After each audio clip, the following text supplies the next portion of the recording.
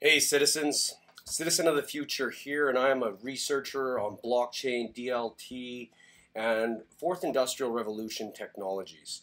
And this video, I'm covering a G7 document that every citizen should see. There's a section in this document on digitalization, on the G7 talking about CBDCs, digitalizing the economy, and the moves they're making towards the crypto markets and stablecoins across the globe. So it's very powerful document, and I will show you at the end how, and my proof to show how the mainstream media shoves it under the rug. I'm going to start off by reading you guys the document and what I thought is very powerful and important. So let's dive. The G7 finance ministers and central banks governors, Petersburg Communique. So this was a discussion between the big boys. G7 finance ministers, central bank governors met on the Petersburg on 18 to 20th of May 2022. Joined by the heads of International Monetary Fund, the WorldBank Group, OECD, which is Organization for Economic Cooperation and Development, and the Financial Stability Board. So they go to talk about supporting Ukraine. They publish this, and this is what's interesting, okay? And macroeconomic stability, blah, blah, blah, blah, blah, global health, didn't find it. Digitalization. Holy smokes, here we go. This is my cup of tea. We reiterate our strong political commitment to the timely and effective implementation of the OECD G20 Inclusive Framework two-pillar solution to address the tax challenges arising from globalization and the digitalization of the economy with a view to bringing the new rules into effect at global level. We will provide support to developing countries for the implementation of this historic agreement. We welcome the report of the OECD Secretary on Tax Cooperation for the 21st Century and ask the OECD to continue its work in this area. So the OECD is working on a tax plan to solve at a global level. Digital innovation in payments is a key driver of economic progress and development, notably through faster, cheaper, more transparent, and more inclusive cross-border payments. We emphasize the important work being conducted through the G20 roadmap for enhancing cross-border payments. We highlight the opportunities and implications of a CBDC and their potential role in future payment transactions. We recall the public policy principles for retail CBDCs agreed in October 2021 and reiterate that any CBDC should be grounded in transparency, the rule of law, sound economic governance, cybersecurity, and data protection. We encourage jurisdictions exploring CBDCs to examine the international dimensions of CBDCs, in particular their cross-border use. CBDCs with cross-border functionality may have the potential to spur innovation and open up new ways to meet users' demands for more efficient international payments, but continued interoperable cooperation will be important to understanding and minimizing any negative spillovers to the international monetary and financial system. The G7 supports the work by the Financial Stability Board to monitor and address financial stability risks arising from all forms of crypto assets and welcomes the increasing global cooperation to address regulatory issues associated with the use of cryptocurrencies or crypto assets, including in cross-border payments. In the light of the recent turmoil in the crypto asset market, the G7 urges the FSB, in close coordination with international standard setters, to advance the swift development and implementation of consistent and comprehensive regulation of crypto asset issuers and service providers, with a view to holding crypto assets, including stablecoins, to the same standards as the rest of the financial system. Do you hear how powerful that phrasing is? To get everyone working together to implement consistent and comprehensive regulation of crypto assets, issuers and service providers and holding crypto assets and stable coins to the same standards as the rest of the financial system. This is what I'm talking about, regulations, citizens. So we need to pay attention. You need to be careful what you invest in, because there's going to be an exodus of the crypto markets, a shitcoin shutdown. So be very careful, or you will lose a lot of money. In particular, the G7 calls for rapid implementation of the FATF's travel rule and stronger disclosure and regulatory reporting. For instances, as regards as reserve asset backing stable coins. So Tether, you're in shit. You're gonna get screwed here. It's coming. We reaffirm that no global stablecoin project should begin operation until adequately addresses relevant legal, regulatory, and oversight requirements through appropriate design and by adhering to applicable standards. The G7 remains committed to high regulatory standards for global stablecoins, following the principle of the same activity, the same risk, and the same regulation. And this is what I wanted to leave with you with. So very interesting. Okay, so now reading this document, you're like, this is the top of the top, talking about their global recommendations and how they're going to regulate stablecoins. You know, this is just such powerful information. So you think all the citizens would want to hear their governments are working on CBDCs, right? They want to hear digitalization. This really affects the citizens, because the ones invested into cryptocurrencies should know that they're about to attack stablecoins, that they're working on the frameworks to shut down the unaudited Tether, right? Stablecoins. So this should be talked about all around, but it's not, and I have the proof. So I use a tool called Ahrefs. I pay $200 American a month, and it allows me to pull up backlinks. And let me just hop to this chart here to show you guys what a backlink is. So a backlink is when another website links to a document or another website. So that's what you call a backlink. So say we have this document and a news media outlet says, hey, go check out, they put the link, the URL, and they say, hey, go check out this document. That's what you call a backlink. So I pulled a backlink report one night, and it blew my mind, because I've never seen any sort of manipulation like this ever. Because usually it's always different words, different, because it's natural, right? You have other people, somebody will say, hey, check out this article, blah, blah, blah, with different words, not all the same. So when we take a look at this, so this particular document only has 217 links to it. That is tiny. Tiny. So 217 sources are pointing to this document. So I started digging. I was like, okay, well, let's see what kind of sources are linking to this document. Like, who's talking about it? So I started digging here, and I pulled a backlink report. So, one second. So I'm just going to show you guys quickly here, because it's hilarious. So this is the title of the link that's pointing to the article. Freelance says it's entirely appropriate to use seized Russian assets to rebuild Ukraine. Financial Post. So this is the title of theirs, and this is how it's pointing to the website. The United States, Japan, Germany, France, and the United Kingdom and Italy agreed on $9.5 billion in Ukraine, pushing the total the 7 democratic powers have committed. So that is what's pointing to the link. So to get to this document, they would have to click on agreed on $9.5 billion in Ukraine. So for example, you open up one of these. Here's the article from the Financial Post. Scroll down, bunch of crap. So the only way you would get to this document, if you're reading this article and you're like, oh, I want to see why they agreed on $9.5 billion in Ukraine. Well, one, a lot of people don't really click links in articles, okay? So it's really weird that this document does not have its own headline. So one sec.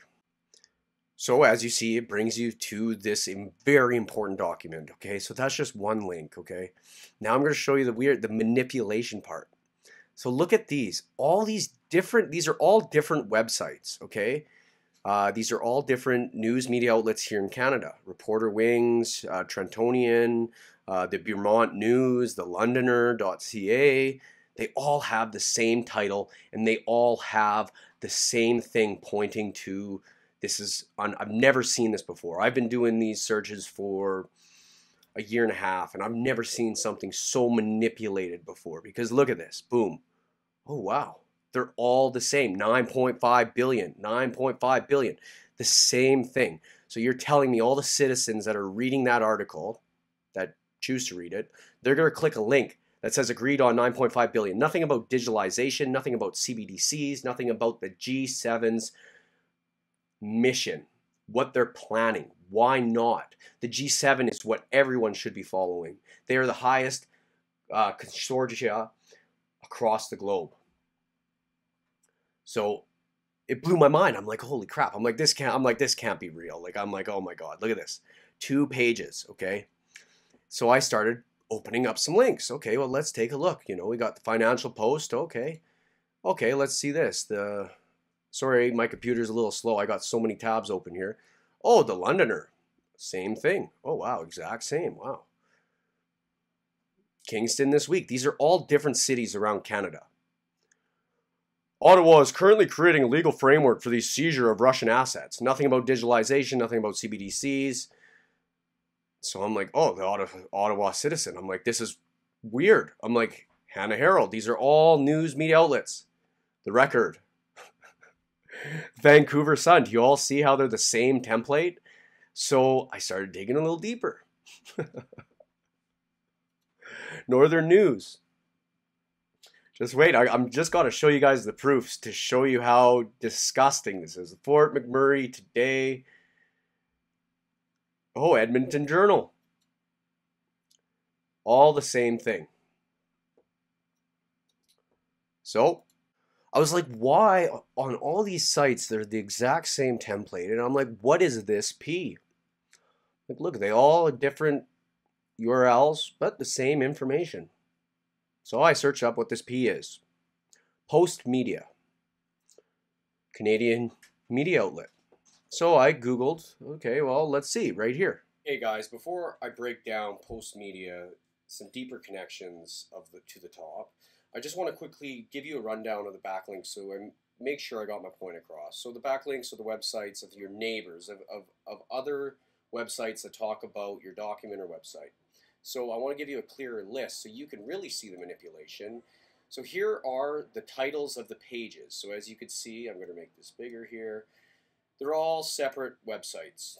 Mitchell Advocate, Kingston, Quarter News, and look at all the same titles. Look at how the titles match up.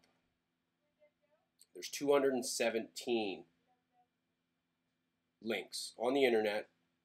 And remember, I'm going to show you guys how all these websites of posts that are related to Postmedia feed information to 15 million Canadian citizens. And as you can see how they put it under the rug, well, I'm sure a fraction of those actually got to see that G7 document. So look at this, all the same, and then I'm going to get into just to the links here. So let's go over here. So now this is the URL link pointing to that document. All 9.5 billion. Do you see this? 9.5 billion, 9.5 billion. Click to see why we spent 9.5 billion on Ukraine. So, and I'm just going to show you how many is out of here. So I'm going to search up, 9.5. Like I said, I've done this for a year and a half and I've never seen anything like it, especially on a high-ranking document like this. So Canadian citizens, we are getting screwed. So I hope you guys that aren't Canadian can laugh at this and see. So out of the 217, 213 have the exact same verbiage. Exact same verbiage. 99%. 99% of the documents pointing to that document have the exact same verbiage. Crazy. So I'm going to break down Postmedia and then leave you guys with thoughts. I found this study from Harvard University, the Future of Media Project, the Canadian Media Ownership Index. So this is referencing Canadian mainstream media. I'm sure American mainstream media is just as toxic, as every citizen realizes that in your place, the mainstream media covers up the real narrative of what's going on. And so here, this shows that Postmedia gives news to 15 million Canadians. Half of Canada go to Postmedia for their information. So, and through these articles, all these citizens that are going to Postmedia just missed CBDCs, economy digitalization, all these key points that were referenced in that article because it was deterred by putting a useless keywords to get people to go to that article. So they're like, oh, I'm not going to go to that article. What would I care about 9.5 billion to Ukraine? There's nothing intriguing about that. So I was like, okay, well, who owns Postmedia? Oh, Canadian mainstream media outlet. And guess who what? They're owned 66% owned by American Media Conglomerate Chatham Asset Management. Whoa. I was like, whoa. So the ones that are controlling what us Canadians see is 66% owned by American corporation. Wow, interesting. That doesn't sound biased at all.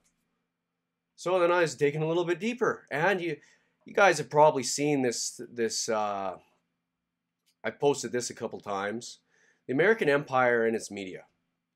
And it shows how all the biggest news networks are connected to these three consortia: the Council on Foreign Relations, Bilderberg Meetings, and the Trilateral Commission. So they are the ones that control the narrative across all these different media networks. And this is from Swiss Propaganda Research in 2017. You can Google this, and you can find and you can see for yourself, and you can see how it all connects. So just curiously enough, I was like, okay, well, Postmedia, I was digging into who owns Postmedia, and I wanted to see if I could make the connection of somebody from Postmedia to that Bilderberg Meetings. Found Conrad M. Black. And he was one of the main owners that started that company, and the Financial Post and some other, the National Post, like some of the biggest Canadian news networks. And of course, here it is, Bilderberg Meetings. He's one, and the Trilateral Commission.